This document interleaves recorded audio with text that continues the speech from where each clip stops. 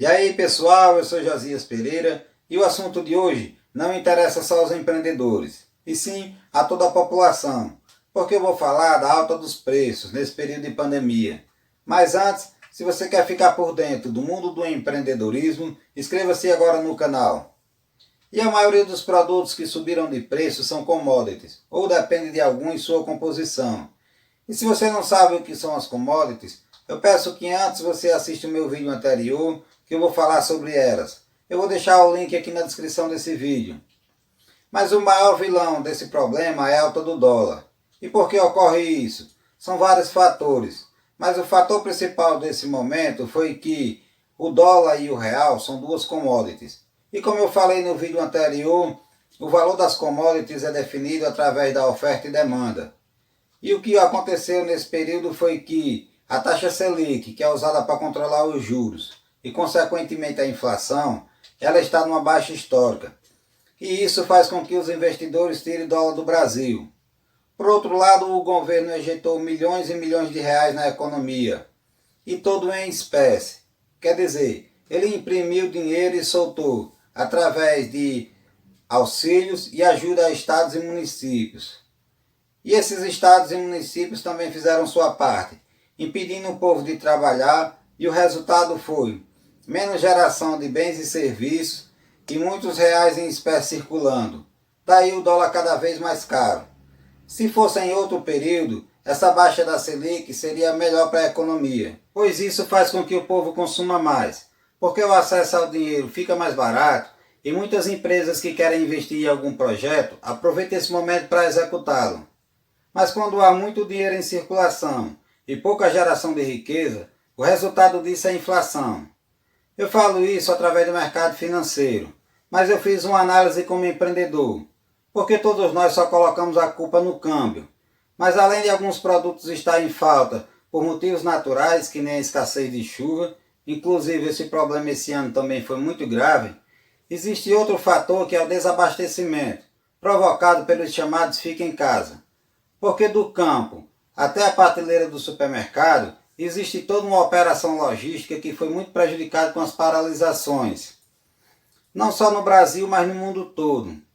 Eu falo isso porque sou fornecedor e estou todos os dias dentro de lanchonetes, padarias e supermercados.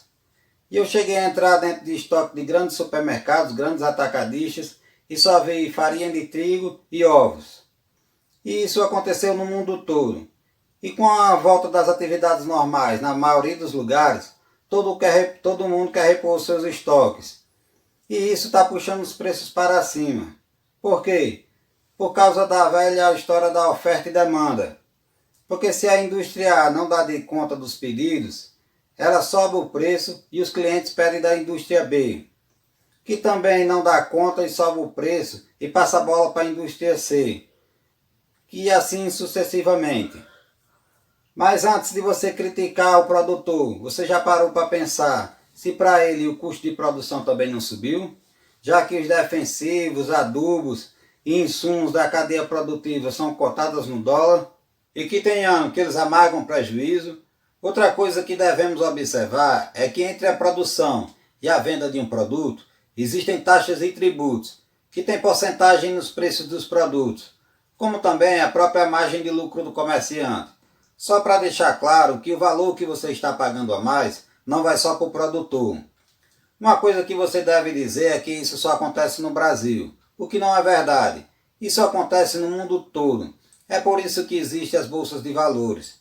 Só que o Brasil hoje é o celeiro do mundo, e a cada dia isso vai ser mais recorrente por aqui. Daí você deve pensar, então vamos diminuir ou deixar de exportar, certo? Bem, não sejamos hipócritas, porque todos nós gostamos de ver uma balança comercial positiva, um PIB elevado e taxa de desemprego caindo. Porque é isso que as exportações fazem com o nosso país. E o que é que nós como consumidores podemos fazer?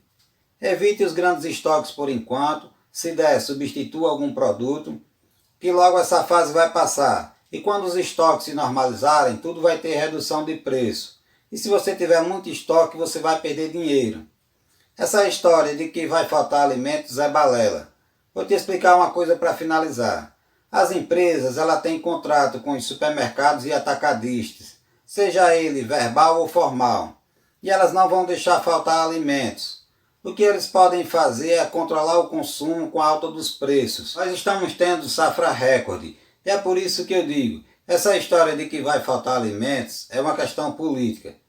Então, pessoal, isso foi o básico dessa história, porque se eu for entrar em detalhes, eu passo no mínimo 2 horas falando. Se você gostou, deixe seu like, seu comentário. Se você não concorda com o que eu falei, também fique à vontade para comentar, e eu te aguardo nos próximos vídeos.